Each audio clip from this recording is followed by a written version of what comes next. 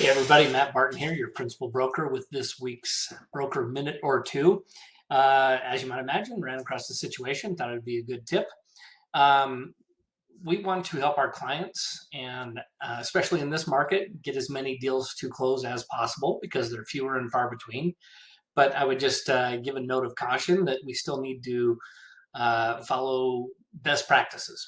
And so this week, I wanted to talk about um, section 3.3 of the REPC, which, as many of you know, is possession. And so let me bring this up on screen.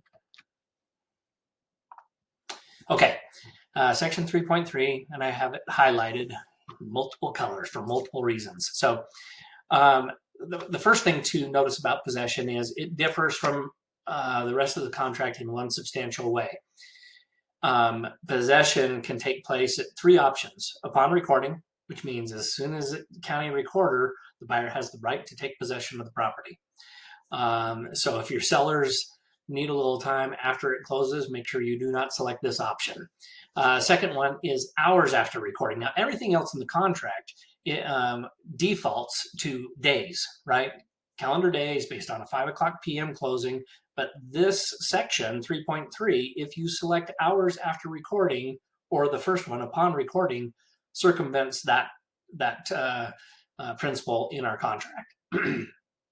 Now, the third option, calendar days after recording, does subscribe to that predefined definition of how we're going to count time. So if I were to close on a property and let's say it was 24 hours, or let's say 12 hours after recording, if for some reason it recorded at 9 in the morning, that means within 12 hours, so at 9 o'clock p.m., the buyers have the right to occupy the property.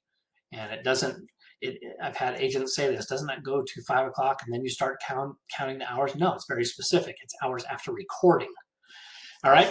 Now, the bigger part of this is when the buyers, and this happens very frequently, and I get questions about this all the time, is like, well, we ran into a problem. They've got their moving van. They need to move stuff in.